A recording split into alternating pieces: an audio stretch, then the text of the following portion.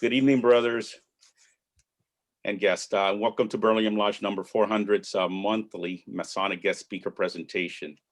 This is our second speaker presentation for 2021. My name is Roberto Diaz Jr., and I am the Worshipful Master Burlingame Lodge number 400 in Burlingame, California. On behalf of our lodge, I would like to offer a great big fraternal welcome to all. We are very pleased to have you here with us again. Before we start, Brother Barry Kopp, our junior warden, will lead us in prayer. Barry, you're muted. Same thing, sorry.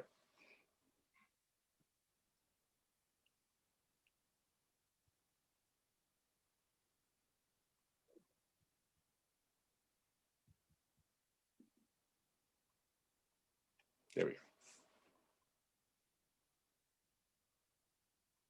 I had trouble with that. All right, that should do it. Apologies, brethren. Now, the following invocation has been requested by our speaker this evening, and it serves as an introduction into his talk. The invocation was actually written by our brother Albert Pike, of course, many years ago.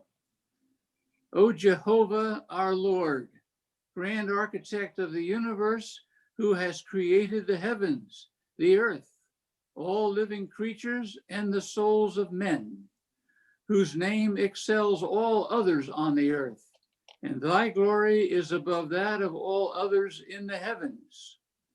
When we consider thy heavens created by thy thought, the stars and worlds whose motion and harmony is ordained by thee, and their infinity and our littleness, what is man that thou art mindful of him, or the son of man that thou concernest thyself for his welfare? Thou art clothed with honor and majesty. Thou coverest thyself with light as with a garment, and stretchest out the heavens like a curtain. Thou layest the beams of thy chambers on the waters, and makest the clouds thy chariot, and walkest on the wings of the wind. Thou art the Lord, and there is none else. There is no God besides thee. Thou formest the light and createst darkness. Thou makest good and createst evil. Thou, the Lord, dost all these things, and yet thou dost regard and protect, and thou didst frame and make the smallest thing that lives, and watchest over the life and fortunes of the living but invisible atoms that float in the air, and by tens of thousands inhabit the water drops, and toil in the sea to build up continents. Therefore wilt thou be kind and merciful to man, whom thou hast made, and to whom thou hast given a living soul. Preside thou over our works. Increase harmony and disinterested friendship among us and among all men. Increase everywhere and spread abroad the knowledge of the ancient truth. Incline us by our charities and the purity of our lives to imitate thee at an infinite distance from thee, and aid and strengthen us to perform all the duties which thy law and our obligations as men and Masons require of us. And to thee be all honor, praise, and glory forever. Amen. So mote it be. Be. Brethren, please join me in the Pledge of Allegiance to the flag of our country. Worshipful Gary Stevens, could you please lead us in the pledge? I pledge allegiance to the flag of the United States of America and to the republic for which it stands, one nation, under God, indivisible, with liberty and justice for all. Thank you. Good evening again, brethren. Helping us tonight, we have, you've already met Worshipful Brother Marty Kusing, Past Master of Burlingame 400, also Worshipful Gary Stevens, also past master Burlingame 400. And we have brothers Barry Kopp and brother Aiden Cotter. So without further ado, brother Barry Kopp, will you please introduce our guest speaker for tonight?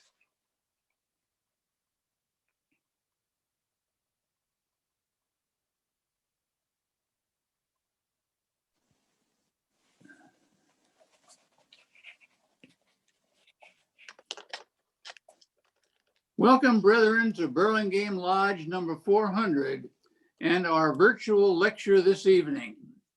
It is my great pleasure to introduce Worshipful Brother Tuk Pham, who will speak on the 6 days of creation viewed in light of Masonic and ancient symbolism. Brother Pham was born into a Buddhist family in Vietnam. His early schooling was with the Catholic LaSalle brothers. He was initiated into the Hindu Vedanta Society and studied Rosicrucianism. Some years later, after coming to America, and in 1994, was ordained a minister by the Universal Life Church of Modesto, California. He is married and currently lives in Tustin, California, with his wife and 2 children.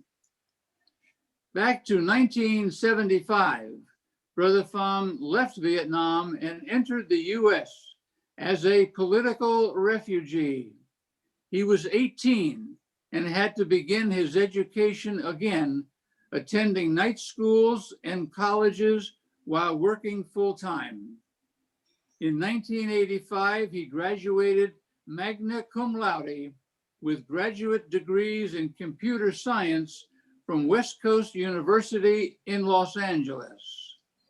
He presently holds an executive position in software development. Inspired by the philanthropic work of the Scottish Rite, he asked a friend if he knew someone who could introduce him to Masonry. He was told that he was qualified to petition for the degrees already, this man showing him his Scottish Rite ring.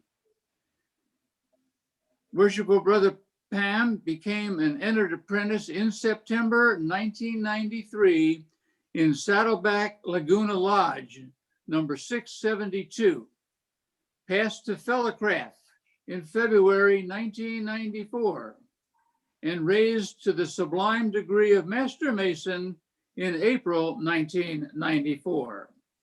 And also became a 32nd degree Scottish Rite Mason in the Valley of Long Beach, joined York Rite Masonry and El Bicao Shrine in Anaheim, all in the same year.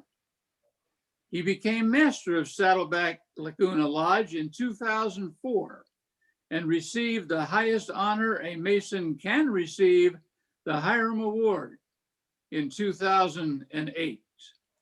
Brother Pham is a trustee of both the California Masonic Foundation and Masonic Memorial Temple.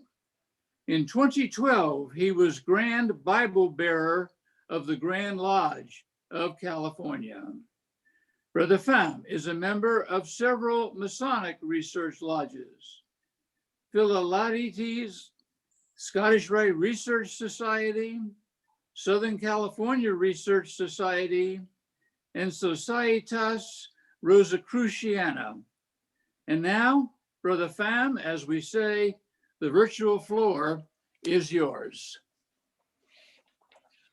Thank you, Honorable. Good evening, brethren of all degrees. I'm honored and most humbled in your presence. I thank the Honorable Brother Barry, the organizing panelists of Masonic Education of Burlingame Lodge, the Worshipful Master Roberto, and the most worshipful brothers John and Frank, and all distinguished brethren here present. My brethren, my Masonic experience is like a pebble of sand in the ocean of Masonic researches. The experience that can be different from one brother to the next. Some may indulge in doing research on its rich and long history. Some may live out its principles, benevolence extended toward all mankind. Some may enjoy its warm fellowship and camaraderie, and some may teach its influence on democracy and civility. The list is endless. To myself, Masonry is a training ground for self-governance, for mental faculties, and for the sacred union with the conscious self in the body. We are taught that Masonry makes good men better. We affirm a belief in the supreme being and a future existence. To be morally good is not only a prerequisite, but also a preparation to be on our continual quest for further knowledge and identity of our own self. To be pretty good or to be absolutely good is a question. A future existence has reference to our present existence and to those who have come before us. At every installation, when the master is enthralled with his jewel, we hear, "Your former life has given evidence that this jewel is not an unmeaning symbol in your hands. And I solemnly charge you to take good care that its luster be not dimmed through any act of yours." Well, this could mean that the tender branch that sprouts up again must be better than the flower, which is man, who is cut down by the devastation of time.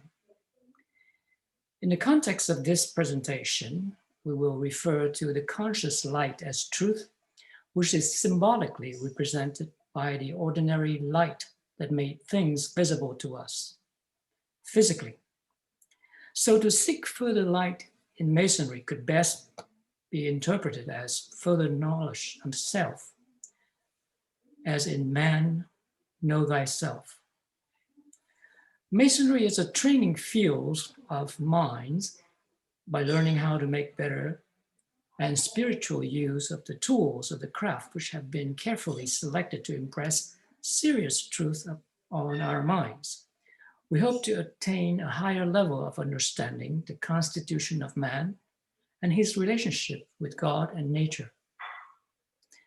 This is an attempt to make use of the language of metaphor embedded in the symbols of Masonry to describe the process of creation, evolution, devolution, and involution as proven in the scriptural language of the first chapter of the book of Genesis.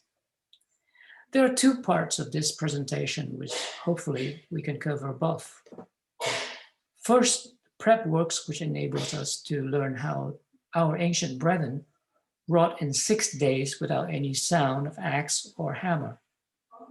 Second, the prep works to decode the scriptures and gain a better understanding of how mankind and all nature can be created in 6 days.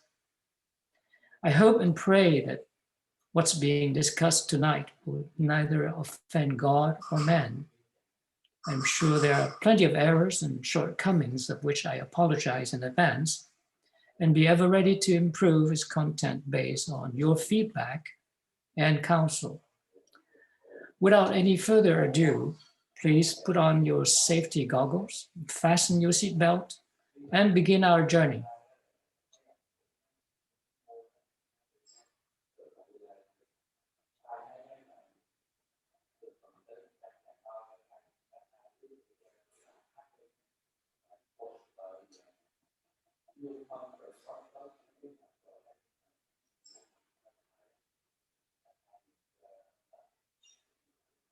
I'm so sorry. This is not cooperating as I wish. There we go. Well, our ancient brethren wrought 6 days and did not work on the seventh. As related to God created the heavens and the earth.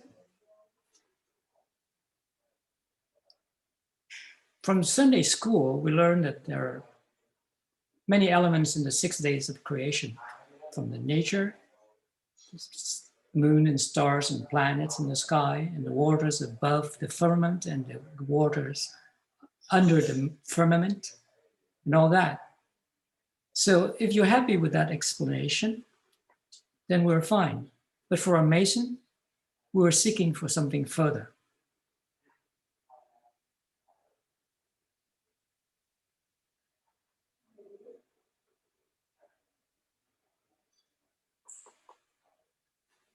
I'm presenting to you the picture of a pilgrim. As you can see, the canopy of heaven containing the sun and moon and the stars and the earth, he's piercing through that veil into some unknown realm. And with the ancient record of the square and compass dated back thousands of years ago, which is not my subject of interest in this talk, because I believe that there's a common and mystic ties that connects all of these findings and researches for us to decode and understand the message from God. From the very beginning, we were asked what we desire most. And we are a candidate who desires to be brought from darkness to light. So from this picture, I'd like to compare the darkness being the realm of physical existence that we are in. And what's beyond that is to be discovered. Worshipful fam, I just wanted to make sure that you know that you're not sharing your screen yet. Oh, my sorry. How do we share here? I'm so sorry.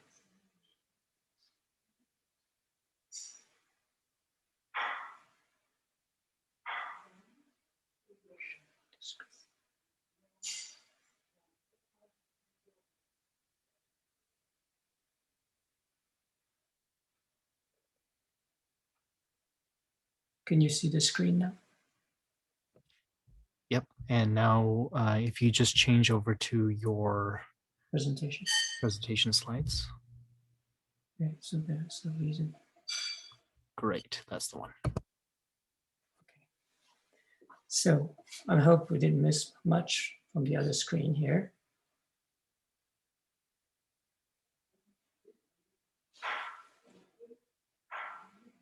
We were asked what we desired most.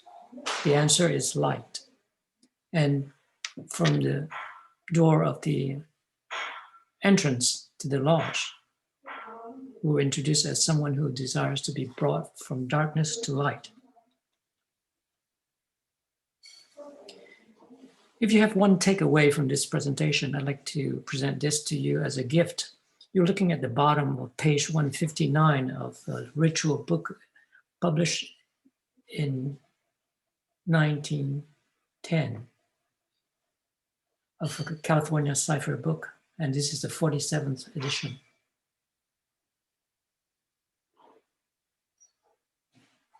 When we were at the grave, we heard that, remember that divine assistance is vouchsafed us through the meditation and prayer, which is not what we heard oftentimes as a medium of prayer. So as we pray and meditate on the law of the Lord and the rituals of our craft, this is a verse that came to me at the beginning of the preparation for this talk. But there is a spirit in man, and the inspiration of the Almighty giveth them understanding. So with the Petruvian picture from Leonardo da Vinci, we can project it out with a square and compass as a relation with Masonry. I'd like to borrow some of the working tools of the craft. And some principal ones are, besides the square and compass, is the rule or the 24-inch gauge. And as we hear once a year from our installation ceremony, the rule directs the undeviating discharge of all our duties, that we should press forward in the straight path of right and truth without inclining to the one hand or the other, in all our doings, having eternity in view. I'm introducing to you a concept at the time with the borrowing of the numerals from 1 through 9. Sometimes we go beyond that a little bit, but to facilitate the talk, I'm going to peg my concepts presented on these numbers. And the number 3 and 2, which remind you of the rhythm that we learn our rituals when we try to memorize them. If they're not in the rhythm, like a song, like in prose, it's hard to memorize. So number 3 and 2 are ingrained in our practice. Number 3 could mean a lot of things to a lot of people. But in this context, I like to relate 3 with the 3 portions of the 24-inch gauge, which is divided into 3 portions of the day for 8 hours each. And number 2 is just the 2 elements that we all are familiar with as a duality of existence on this plane.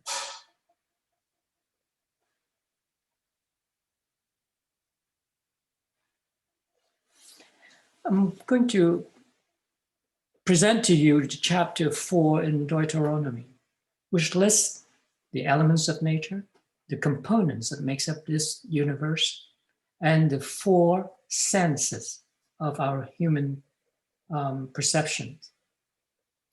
The 8 elements of nature in this book or in this chapter is the mountain, the heaven, the earth, the fire, the voice, the air, waters, and sea. If you have time, you can read this chapter 4 in Deuteronomy in its full.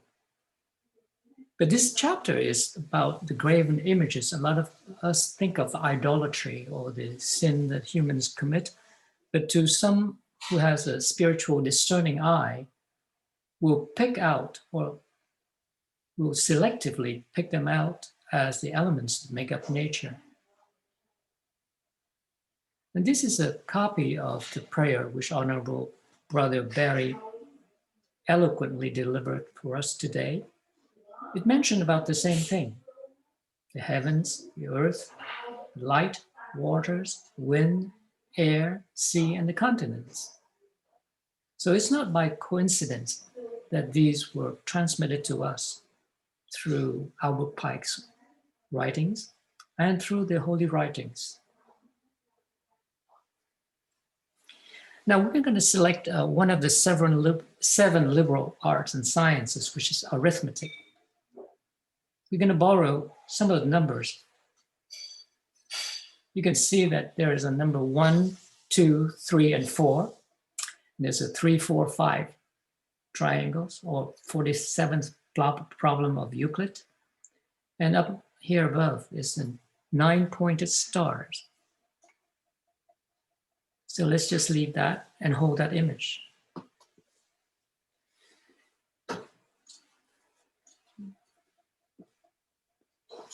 Most large rooms have this picture in the east for a candidate or for a newly initiated brother to view. The point within the circle, the 2 parallel lines, and the holy writings. This is a concept of the number 3 that can bring and impress our mind. Can represent the 3 great lights in Masonry, the Holy Bible, square, and compass.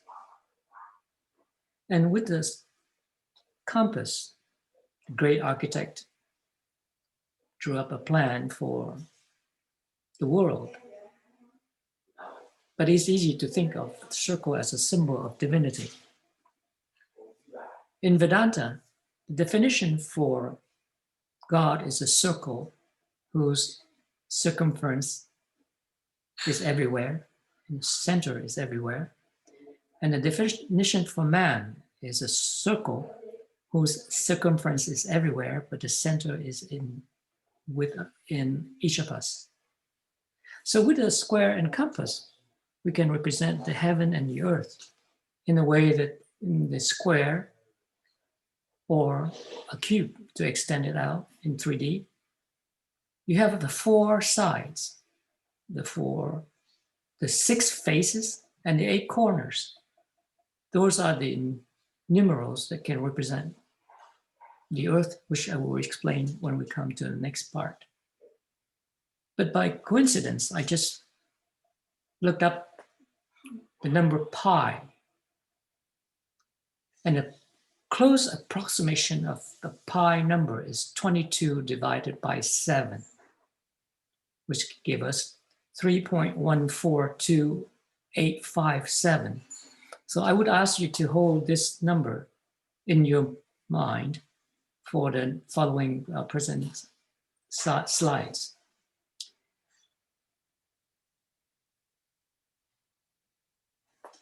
So let's define the image of God as a pattern from which man can be created. For there are three that bear record in heaven: the Father, the Word, and the Holy Ghost. And these three are one in 1 John chapter 5, verse 7. Right below it, I'd like to pay attention to the circle and a straight line across and the vertical line and the halfway down to divided by bottom half into two halves. And let's hold this picture in our minds too. The top portion or the top half can be labeled the unmanifested part, and the bottom can be labeled manifested part. On the left, we can call it the passive side. On the right, we can call it the active side. Go back to the Enter the Apprentice symbol. You can see that the point is that non-dimensional point in the middle. Now it's going to take some imagination to think into that point. So think of the unmanifested realm is behind that point. But as you think from that point outwardly toward you, you have the manifested world of duality, of all things. But beyond that point is something that we have to take the power of our minds to imagine. So further, for the prep works, I'd like to introduce the 3, 4, 5 triangle. And the 5 can be remembered as the 5 orders of architecture, and the 3 lesser lights of the sun, moon, and master of the lodge. And then the 4 perfect points of entrance. So the 3, 4, 5 can be added together as 12 later on. So the triune self is an image of God and is a pattern of the coming new man in the Bible. And there are 3 that bear witness in earth: the spirit and the water and the blood. And these 3 agree in one. So in our 3rd degree, we learn that in the solemn covenant that the 3 master builders, Solomon, king of Tyre, Hiram of Tyre, Hiram Babith, and King Solomon, would not give out the secret of a master mason until the 3 are present and agree.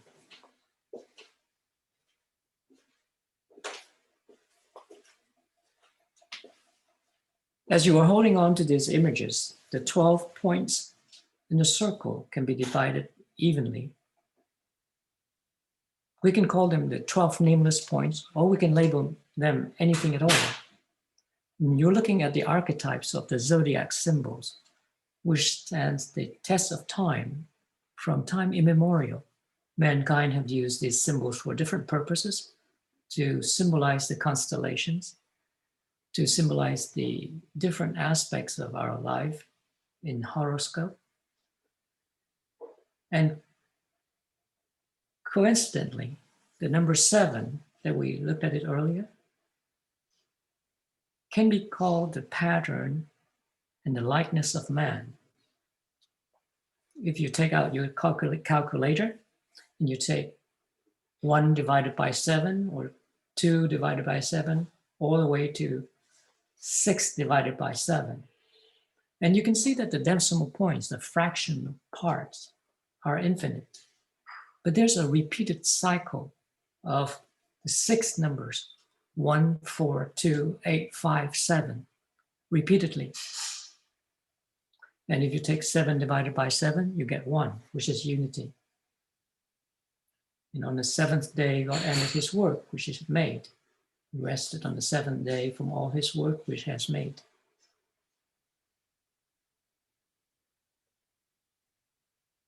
So this is a lounge or the lobby of a hotel in London that has the circle of the Zodiac on the ceiling. Used to be a Masonic lodge. It's proof that our brethren had a lot of research and study going on with the Zodiac signs.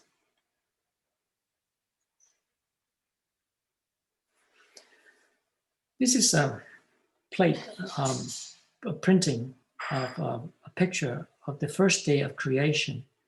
And pay attention to that circle, which we looked at it earlier.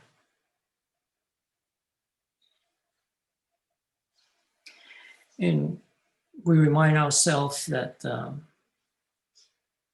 left breast was smote by the angle of the square in the 3rd degree. And the naked right breast is what we received upon on the photograph degree.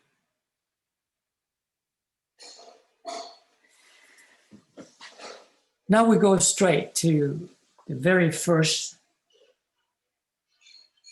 number of that 6 numbers, 1, 4, 2, 8, 5, 7. From the Zelator grade in Rosicrucian. Number 1 represents God, the unity of the divine being and the generative principle of nature. It's typified by the central point within the circle. In the beginning was a word. The word was with God, and the word was God. All things were made by him, and without him was not anything made that was made. In him was life, and the life was the light of men. From John chapter 1, verse 1 through 4. When we were invested with the grip and word of a degree, and the word is lost.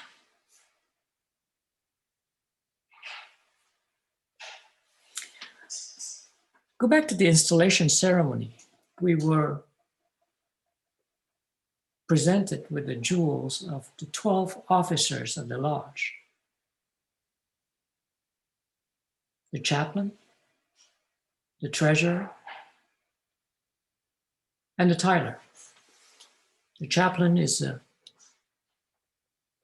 highest regard officer in the lodge in the way that he connects with God.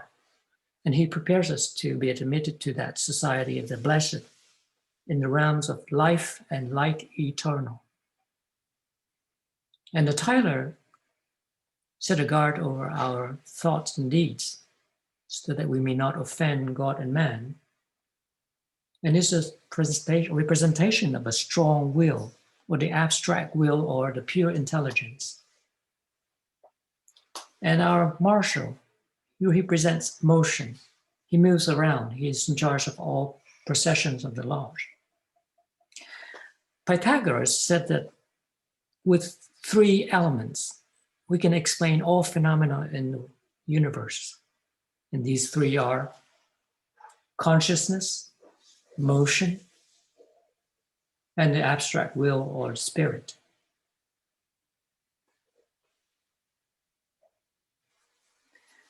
That was the image of God. This is the likeness of man, the triune self, the thinker in the middle, the knower at the top, and the doer at the bottom. So from the doer, we recognize the power and beauty around us. For the thinker, we recognize law and justice.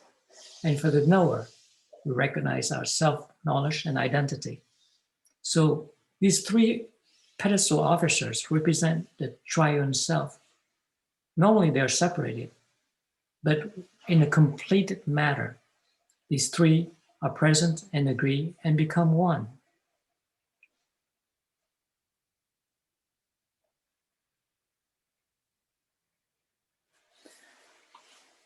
The next number we'd like to speak about is the number 4. It is the mystic number and indicates that the operative influence of the 4 elements. Under this number, the geometrical square, Pythagoras communicated the ineffable name of God to his chosen disciples. The number 5 alludes to the 5 senses of human nature: hearing, seeing, feeling, smelling, and tasting. Notice that feeling is in the middle of these 5. Actually, feeling is not just a sense. It is a mind. So basically, humans have 4 senses, and feeling is that aspect of our minds that the fraternity wants to impress upon our mind, when we can feel our environment being hoodwinked. We can feel a brother in the dark as well as in the light. And when we tend our grip to the brother, with the thumb, we feel the secret sign of recognizing the brother. And with the 4 fingers that's left, representing the 4 senses of nature. So that's how important it is to say that the 4 senses are the ambassadors of nature that transmit these signals, these impulses. These we recognize as sensations within our feelings. And there ye shall serve gods, the work of man's hands, wood and stone, which neither see, nor hear, nor eat, nor smell. This is again in chapter 4 of Deuteronomy.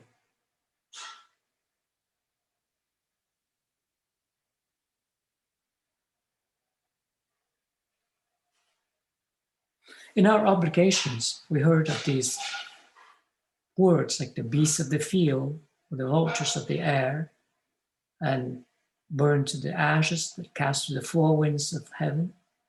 So these are indications that the units of energy that made up both man and nature, especially in man, when the time is no more or expires, it will disseminate out into nature.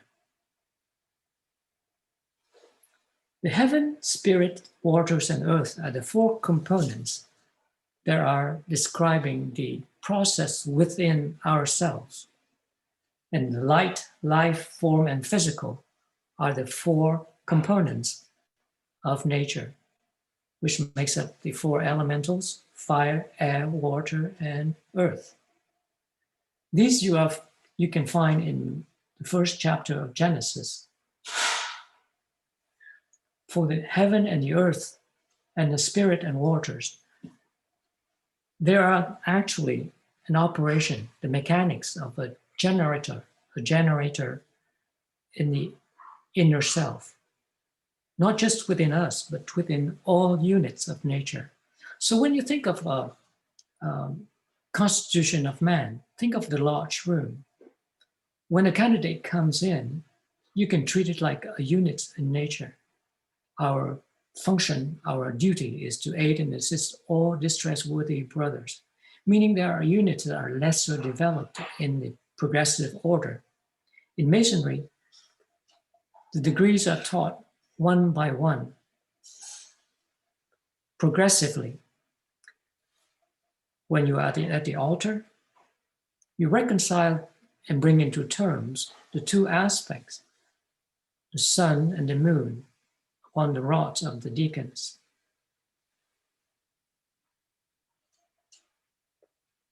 That's the requirement for advancing to the next higher level of being conscious of consciousness. So far, let's just recap a little bit. We were asked what we desire most, and we were taught to feel with our feeling, So the desire mind and the feeling mind are the basic fundamental components of the doer.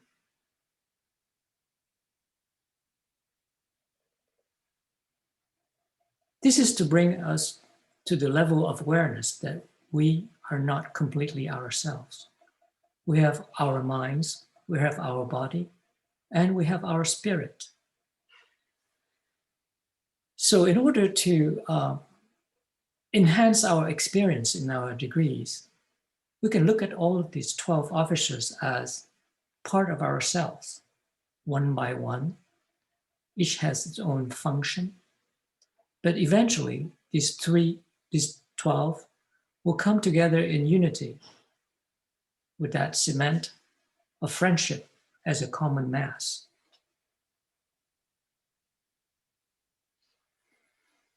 Again, on the number 4 is quite important because it describes the 4 regular steps that we were taught to advance.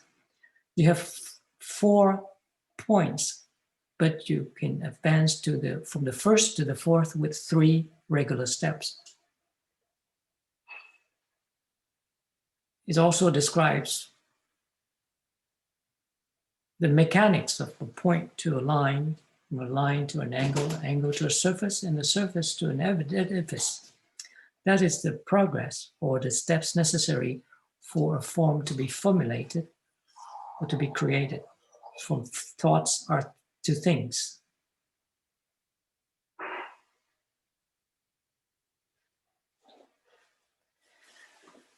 Then number 4 is impressed upon us through the 4 dimensions that we normally only recognize one of them. The onness, the inness, the throughness, and the presence. When we were told to pass on, pass in, and we pass through, and we are in the presence of God when we declare our name. So these 4 dimensions are what govern our universes. We only recognize the onness on the surface of all things, but we neglect the inness or the inner workings in the unmanifested world. And we recognize the throughness as a sequential of pictures, just like an animation. And we are forever in the presence of God and man. And the 12 portions of a man are present everywhere that we live or act, as manifested in objects, condition, and cause. The 4 points of entrance can be related to the guttural, the pectoral, manual, and pedal. The guttural having to do with the voice, which is the element of air. The pectoral, which is the heart, that's where Masonry begins, in the sharp instrument piercing the heart, is a fire. And the manual, when you form things, or when the waters gather together to form things. And the pedal, which is the physical crystallizations of all atoms and molecules into physical form. Again, the number 4 is represented by the jewel of the treasure. It's an instrument to open, to make fast, to make loose, and to make fast and to open.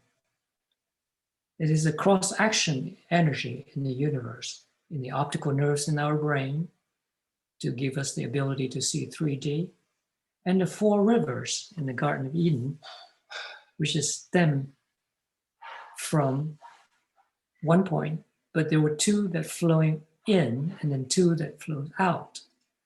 So as an explanation that can be proven in quantum physics and atomic physics, that this cross-action across the universe is the action of bringing about all things. In Latin, the meaning of the rivers can be translated into pouring forth, bursting into, or quick flowing influx or outpouring. There you have it, the 4 elements of nature: fire, air, water, and earth. From the sun, to the senior steward on the moon, and to the junior steward. And the sun representing the light for the sense of seeing.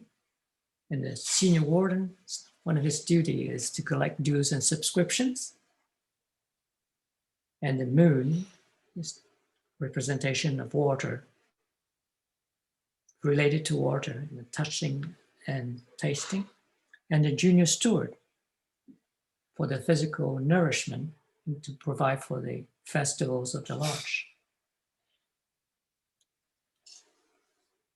Next comes number 2, which is the 2 most important qualities that we encountered in every degree.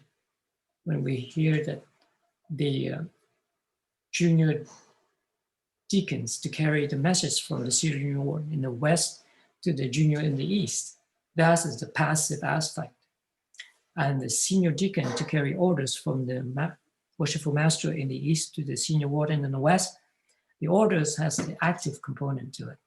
So the active and passive intertwine, just like the checkered board on the Masonic Lodge. The male and female, light and darkness, life and death. And that's the dyad that denotes the active and passive qualities of nature.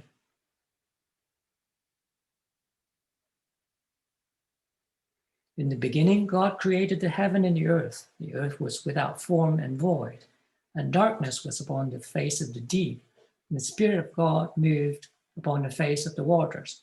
And God said, "Let there be light." And there was light.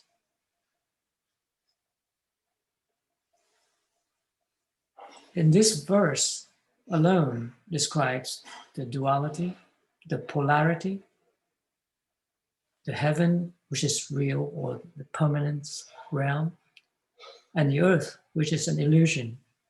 It is without form and is void.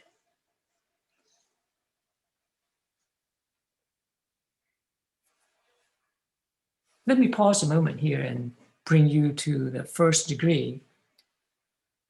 We witness that any Mason can Masonically declare, "Let there be light," in commemoration of that august command. So therefore, the light is in our command. We can declare light onto any situation, provided that we know what that light is.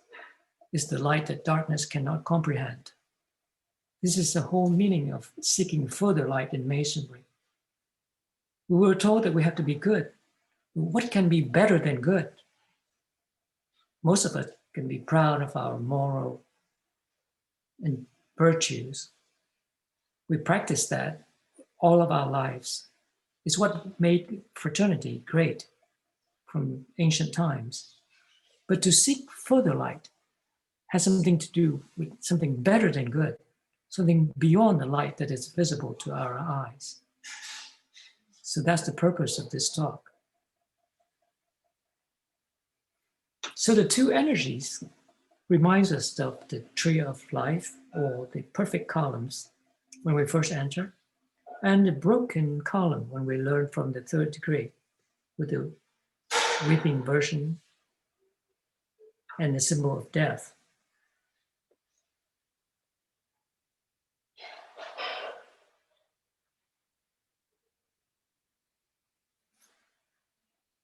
By the way, the checkerboard has 64 squares. I just learned that recently. Another takeaway from this talk is the communication formula that was granted to us from the book of Matthew. Let your communication be yea, yea, nay, nay, for whatsoever is more than these cometh of evil. I can summarize this law of communication in just 2 words. It's the redundancy and the cross-action and the energy interacting with each other. You can study more about it in the biography, which I will present at the end of the talk. It takes about a lifetime to study that book anyway. It's called this Single Reality. Next comes the 2 important officers, the treasurer and the secretary. The treasurer pays out, the secretary receives.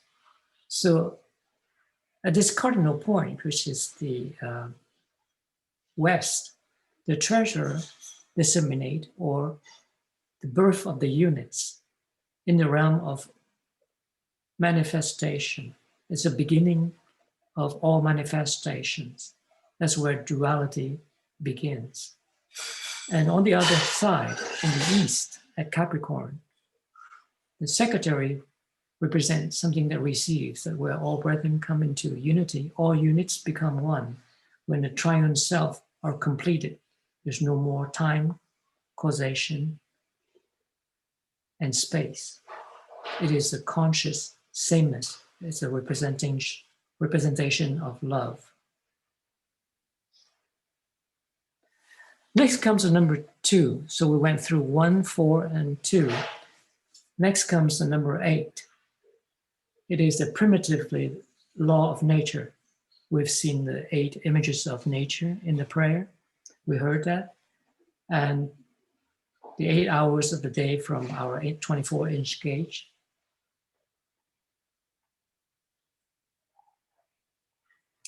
Next comes number 5. 1, 4, 2, 8, and then 5. It's an emblem of health and safety. It's also denominated in the occult number. The pentagram was a famous talisman, represents spirit and the 4 elements. In the 5 orders of architecture, we've noticed that there are 3 that are Doric, Ionic, Corinthian, invented by the Greek, and the Tuscan and Composite were added by the Romans.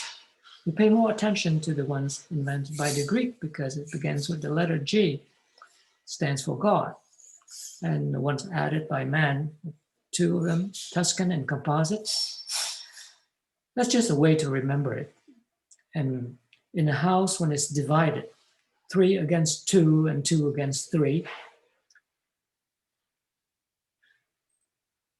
and that's a symbol of both chaos and harmony, because in the world that we are in, there's never be an equal male or female, passive or active.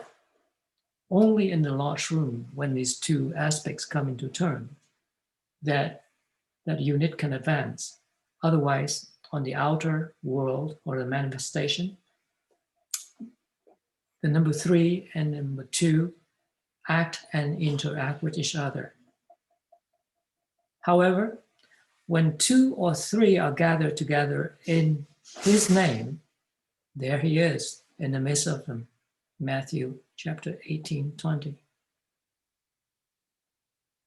So to recap, the unmanifested world has the components of the chaplain, the titler, the secretary, the treasurer, and the marshal, representing consciousness, will, love, and fire, and motion.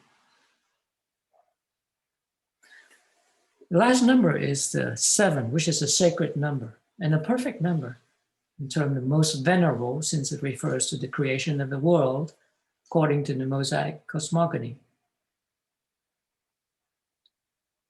Number 7 allude to the 7 liberal arts and sciences, grammar, rhetoric, logic, which is the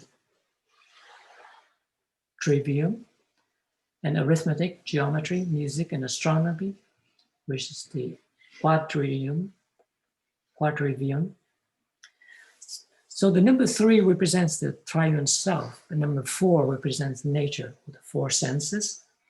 When humans interact with nature, they receive the senses, nature, and they recognize them, they mistaken them as sensations by the use of their feeling mind.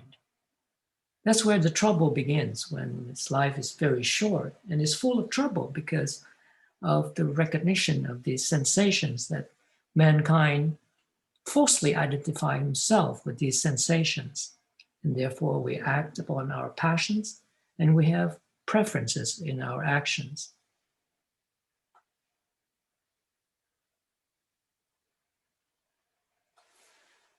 A recap of the manifested, we have the junior warden, senior warden, and the master on one side, which is the triune self. And we have the senior deacon, senior steward, junior deacon, and junior steward. Together makes up the 7, or the realm of the manifested. Together, 3, 4, 5 added as the 12 signs of the zodiacs, associated with elements of consciousness, motion, substance, light, life form, physical, psychic, mental, noetic, sameness, and pure intelligence. And these can be proven with the presence of God, meaning the presence, the spirit, the body, the breath, the life, image, resurrection, the desire, the thought, the knowledge, the love, and the will. So you can read more about this in the big biography, but we need to move on. Putting together, this looks familiar in some of the entrances of our large rooms. The 12 portions of man can be related to the 12 tribes of Israel.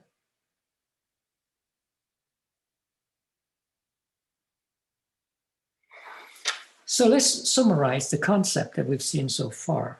The life of God is the light of man, and the world is constantly created by the pattern that is in man. Man doesn't know this, but man lets the light escapes from him to feed nature. Man contains the code for all nature creatures, animate as well as inanimate, to take shapes and forms through his feeling mind or water, and animated by his desire mind or blood. Thus, the world is constantly created by the pattern that is in man. Number 7 is a pattern for man who is made of part nature and part God. There, the 4 elements of nature, namely fire, air, water, and soil, are what physical nature, including man's physical body, is made of, and the 3 intelligent parts, which is spirit, the water, and the blood, which are from God. This is according to the book Thinking and Destiny by Harold Percival. Before we go on to the next part, I'd like to propose the following list that would help you to decipher the codes of the scriptures in the Bible. When you hear of the seed, think of a thought. When you hear of the light, think of knowledge. When you hear grass, or you read grass, meaning all flesh. And when you hear waters, think of it as materiality.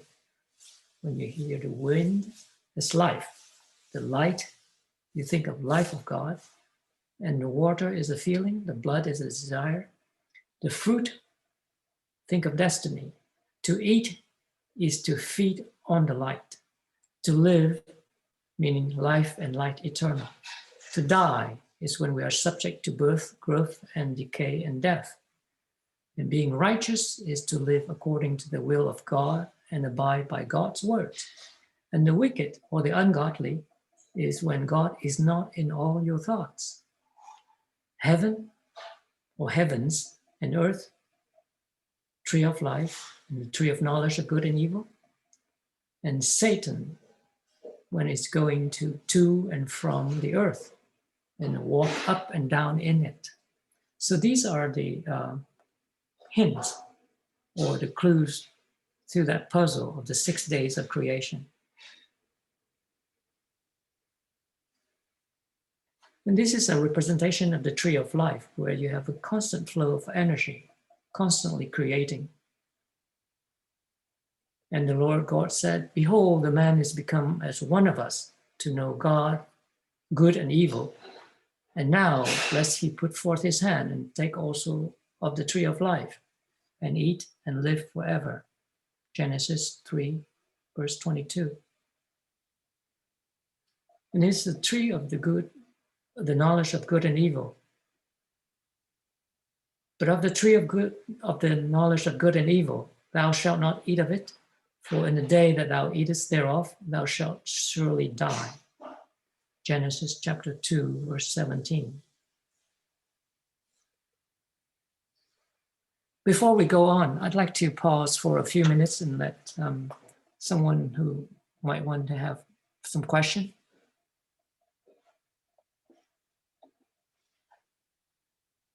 Hello? For those that are in the attendees, if you have any questions for Worshipful Talk, you can go ahead and write it in the Q&A button, or you can also write it in your chat feature down at the bottom. So as we have seen, the first part of this presentation have to do with the lessons that we learned from our lodge room. The way that I personally view it doesn't mean that it's the way, but it's one way that I can enjoy the rituals better. Every time I see the officers, when I hear the words, when I see the candidate entering from the ante room to the lodge room, in between the two pillars, when I look at each officer as part of my own self, be conscious of it, will enhance the experience. So there being no question, I'd like to go further on.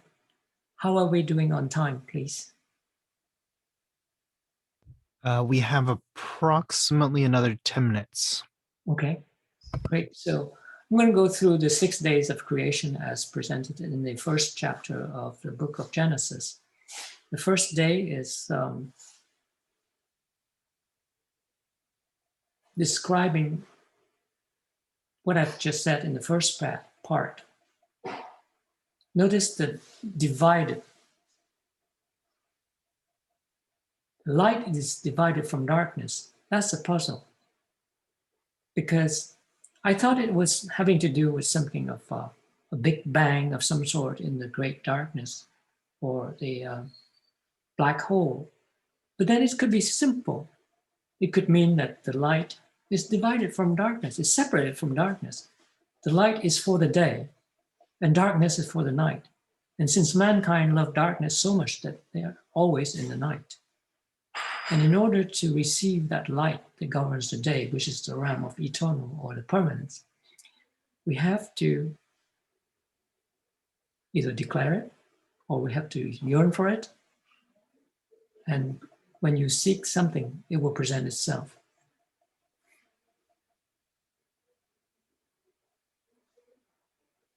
The second day is the operative, or the influence of the operative of nature.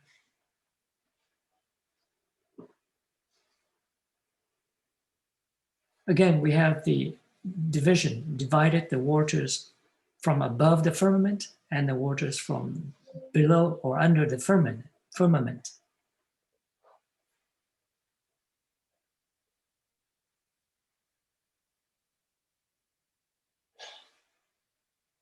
The third day is the number 2.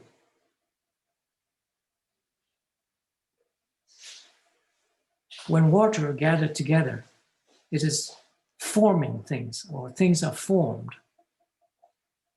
And the gathering of the waters is called seas. So it's introducing these images of nature. Notice that there's a principle called the seat within itself. Think of it as a subroutine.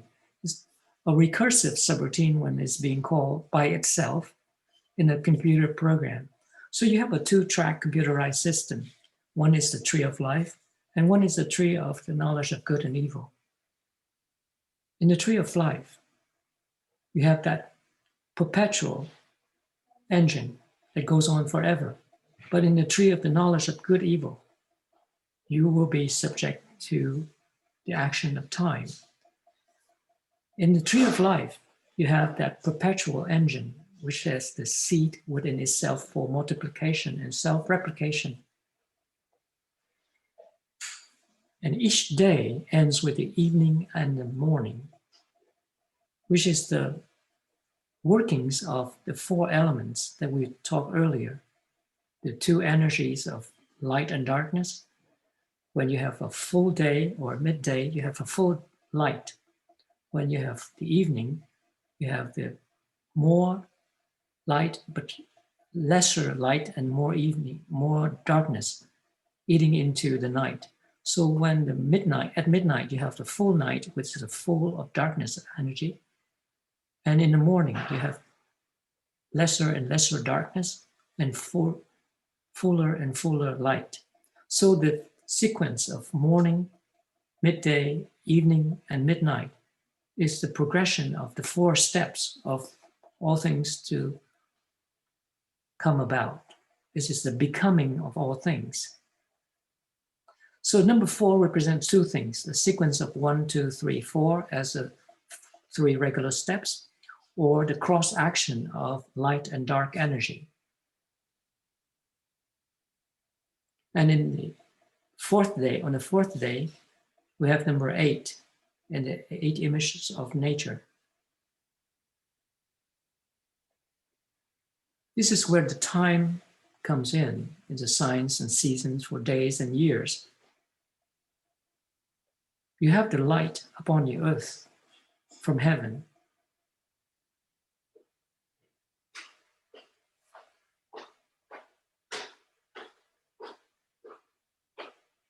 And the 5th day, we have the number 5, which is a key for harmony, for the interaction of dark and light, and male and female, and heaven and earth.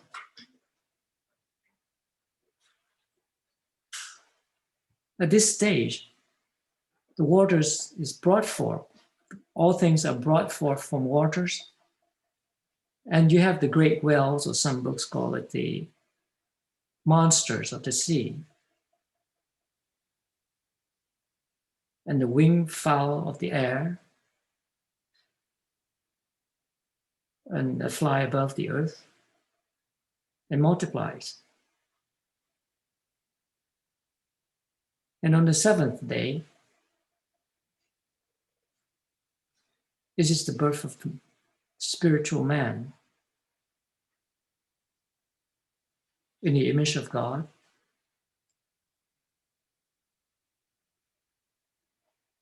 Let us consent unto them, they will dwell in us. So as you can see, the animals or the images that came into man, actually on day number 3 is when man is already created as a form. But in the cycle of regeneration, re-existence, these images of nature came to us through the line of food and sunlight and water and air, and comes back out into nature in forms of animals and the animation of them, and will in turn cycle back into the human being. So look at human being as a fulcrum, as a center that sustains nature.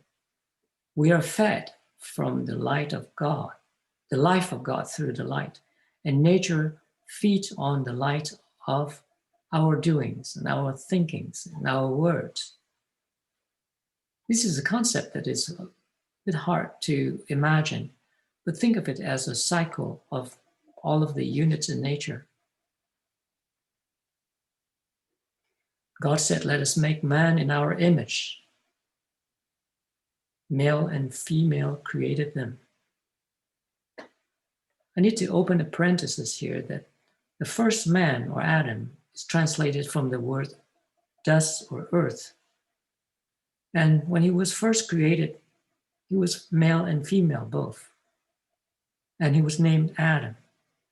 And Eve was not named until chapter 5 of Genesis by Adam. And she's the mother of all living things. And she was formed from broken ribs of man.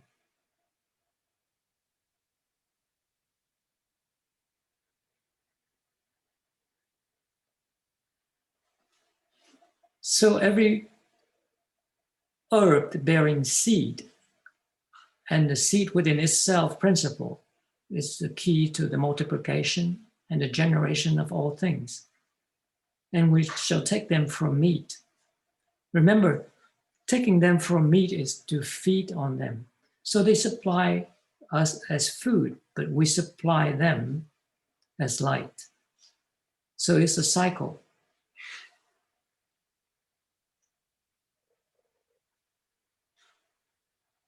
And generations of the heavens and the earth, they were created,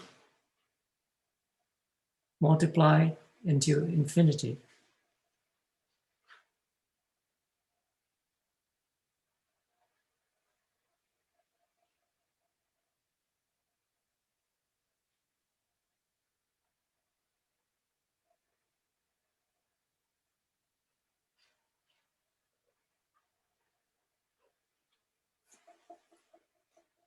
This is the number 9 that we talked about as the 9 pointed star.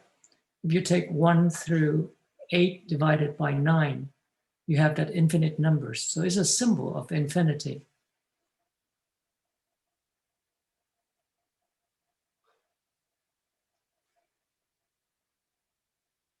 When the 6th hour was come, there was darkness over the whole land until the 9th hour. What this means to me is the 6 days of creation create a perpetual existence, both in the heavenly world and the earthly world. In the heavenly world, you have the constant light that perpetually shine upon the earth. But on the earth, you have the cycle that goes through birth, growth, decay, and death. It's a symbol of the square. On the other hand, the heaven is represented by the circle. So in the heavenly world, you are in the realm of permanence, where the physical and the spiritual and the soul united as one, as a permanent, physical, immortal body. That's what the purpose of Masonry is, to build that immortal body, that temple not made with hands, eternal in the heavens. While on the earth, the lifespan is quite short and is numbered. And man is full of trouble. When he's cut down, it will sprout again, and the tender branch off will sprout again. So the desire mind and the feeling mind and the justice and the law and the knowledge and identity, being conscious of these, made up that triune self only when they are united. You go back to the large room when the candidate is kneeling at the altar. You have the 3 officers and the 2 deacons. So thus is the pattern of 3 and 2. And when the candidate kissed the Holy Bible square and compass, that's a sacred union in the presence of God. In order to reach that level, you have to advance progressively by degree. It is the same with every unit in nature, from the invisible unit in nature we heard in the prayer, to the human being, which has a soul and a spirit. The soul is that supernature that mankind possess. The soul will die also, but it will live again. And the physical forms are just changing garments. But the spirit always has the path of returning to God, which is in eternity.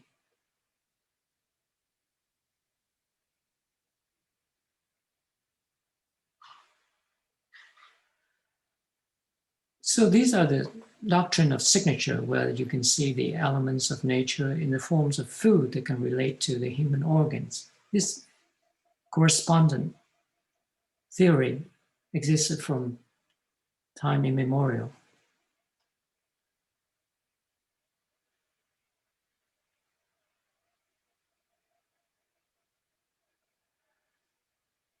So at this point, I'd like to conclude the presentation that as a master Mason, we are bringing the heavenly world into this earthly world. That's a symbol of a past master. We receive the light from the Lodge and we impart its light and knowledge toward the world. All units of nature benefit from us. So a candidate represents that unit. And when that unit advances by degrees only, it will eventually attain to the highest level of being conscious of consciousness. That's when the three intelligent parts of man become one. They agree to be one in order to advance to the level of being one with God above.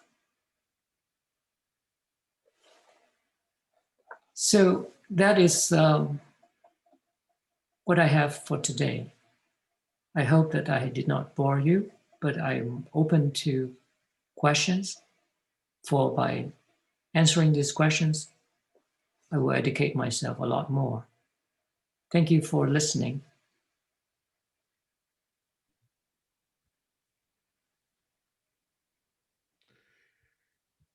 Thank you, worshipful fam. We have two questions. Yes. First one is the seven liberal arts lists grammar as one.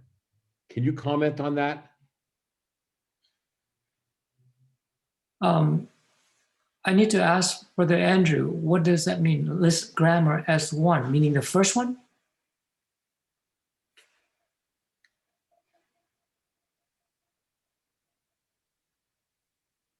No, I just, one of the seven. One of the slide? Yeah, there was a part where you said there were seven liberal arts, Uh-huh, and one of those liberal arts was listed as grammar. right. Is that from a translation? And does that mean that's language? I mean, it seems like in our day, grammar would not be listed as one of the seven liberal arts. Well, I'm taking this as from our ritual. As you can see, can you see the screen? Not right now. I was trying to type it, but they allowed me to unmute. So now I'm in another screen here. Okay, so I'm going to repeat the ritual. The number 7 alludes to the 7 liberal arts and sciences: grammar, rhetoric, and logic, arithmetic, geometry, music, and astronomy. The most important of these is geometry. So grammar is one of the liberal arts and science. Is that what you're asking? Yes. Yes, that is according to our ritual. And in the ancient time, grammar, rhetoric, and logic are the 3 parts that's called trivium here, trivium.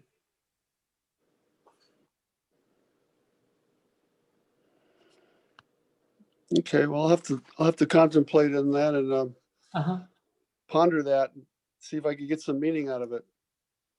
Okay, well, I appreciate your question, but this is a very important question because to me, I can relate to the 3 parts of man. The logic activates the thinking. I'm sorry, the logic activates the reasoning, right? Okay. The grammar is the building blocks of language. So it activates different kinds of mind. Keep in mind that there are 7 different minds together. We have the first one being the body mind, which is governed or directed by the senses. The senses are seeing, hearing, tasting, and smelling. And that's the basic senses that a human being perceives nature. Just like a child. A child is taught to perceive with the senses and make some sense out of it. And then next is the pair that makes up the feeling and the desire minds. We call it the doer. And oftentimes the feeling and desire minds are mixed together. It's hard to distinguish the two, but that's what we use to recognize beauty and power. And the next is the thinker, has a pair of minds that is reason and the rightness. So when we reason something, we apply logic to our reasoning. So that's the active part of it. And the passive part of it is the rightness. We think that something is right or wrong. So the thinker activates that kind of mind, the pair of rightness and reason. And the doer activates feeling and desire that drives the action. So we have 5 minds so far. The body mind, which is at the bottom level, purely physical, purely driven by the senses. Most of our thinking throughout the day is governed by our survival needs, our need to possess something, our need for gaining fame or name, and our need for power. So those 4 basic needs are governed by the body mind, which is driven by the senses or the sensations that we mistakenly think that is ourselves.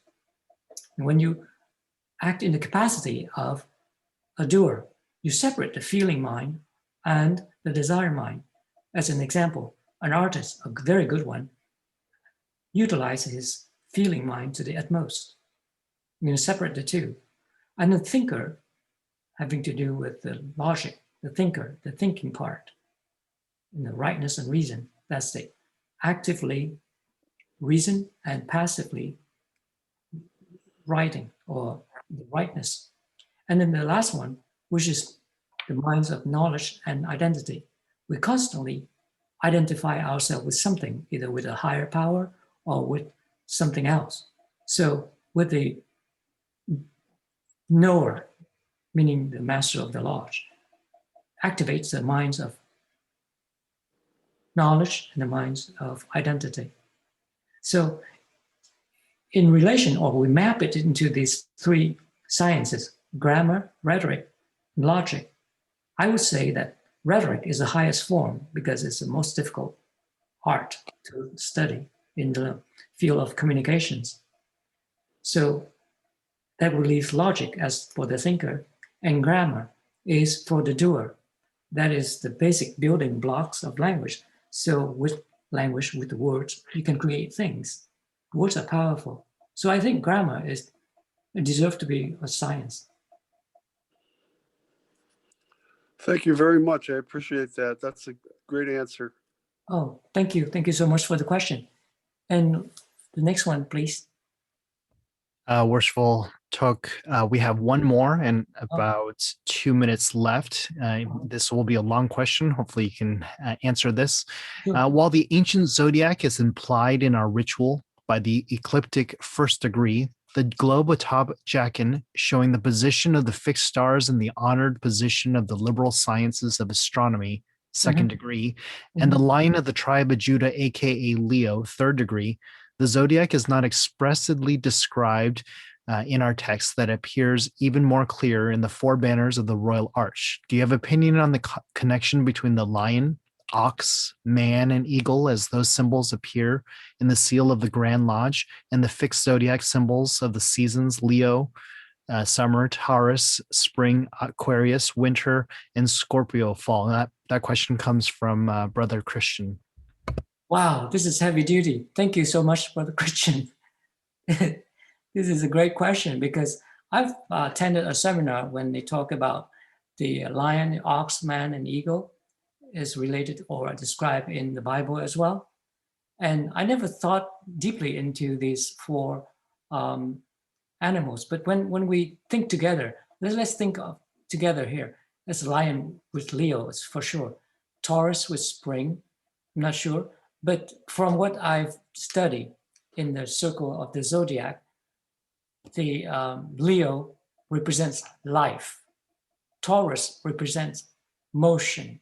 Aquarius represents the conscious sameness, and Scorpio represents desire.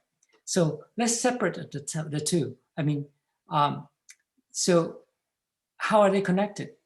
We can see that Taurus and Aquarius are in the realm of unmanifested.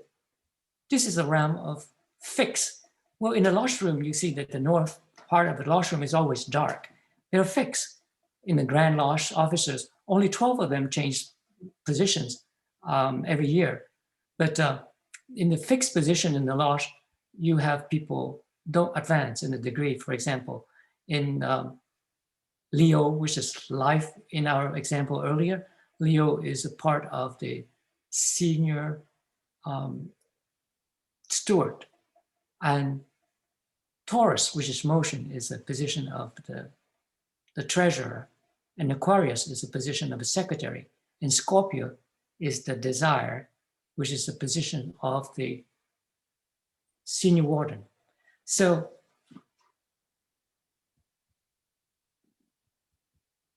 to relate these four animals and man has a deeper meaning for sure. But I can get to that one so far. You have two of them in the realm of unmanifested and two of them in the manifested. In the manifested is what's changing from existence to existence, but unmanifested is always there. So lion in our ritual is a strong grip of lion. That's the closest to God. And that's life. We learn that the life of God is the light of man. But here, lion is a symbol of God. I mean, the closest to God, given to us. So I can say that this is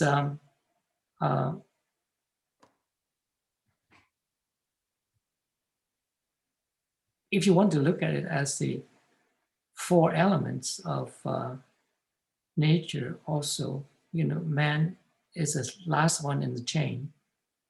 And the ego could represent the air element, the ox. I'm puzzled.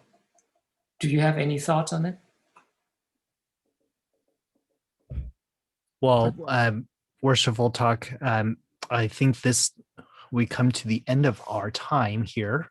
But if you wouldn't mind, we do have a couple of Q&As that I will send you. Okay. And if you wouldn't mind also that I will share your email with the participants today, if they can also email you some other questions at a later time. Oh my, by all means. When you say time is up, is that up for the presentation or is that up for Q&A as well? For the presentation and the Q&A as well. Wow, so we're on the time. That's great. Yes, well, thank you again for all you've presented to us this evening. It's definitely a master's class, and we could probably have spent a whole weekend with you with the wealth of knowledge that you brought forth. I want to also bring up the master of our lodge, worshipful brother Roberto Diaz, for some words as well. Thank you. Thank you again, worshipful. For agreeing to be here this evening and presenting to us. We truly appreciate your oration. Thank you so much. Thank you so much. Brethren, before we retire this evening, I would like to give special thanks for all of the help and support to our team in the back end, which made this evening's presentation possible. Worshipful Brother Marty Kusing, Worshipful Brother Gary Stevens, and Brothers Barry Kopp, and Brother Aiden Cotter, who will be coming in shortly. Once again, gentlemen, thank you for a job well done. Brethren, thank you for being with us tonight. We look forward to having you join us for our future speakers. As a reminder, tonight's presentation was recorded and will be made available to everyone who registered. The link will be emailed to you. Please feel free to share with others. The recording can be also accessed on Burlingame Lodge's Facebook page. Regarding future presentations, on Tuesday, March 9th, we will have worshipful Brother Carlos Diaz, past master, inspector of the 905th Masonic District. He'll be presenting the Entered Apprentice Tracing Board lecture and Josiah Bowering's hand-painted image. A flyer with instructions on how to register will be forthcoming and sent to all those who registered for any of our presentations. In closing, Brother Aiden Cotter, our chaplain, will lead us in prayer. Brother Aiden. Brothers, I would ask that you would bow your heads in prayer. Supreme Grand Master, ruler of heaven and earth, now that we are about to separate and return to our respective places of abode, wilt thou be pleased so to influence our hearts and minds that we may each one of us practice out of this virtual lodge the great moral duties which are inculcated in it, and with reverence study and obey the laws which thou hast given us in thy holy word. Amen. So would it be. More to be. So brethren, stay well, please stay safe, and have a great evening. Good night, my brothers. Thank you so much, brothers.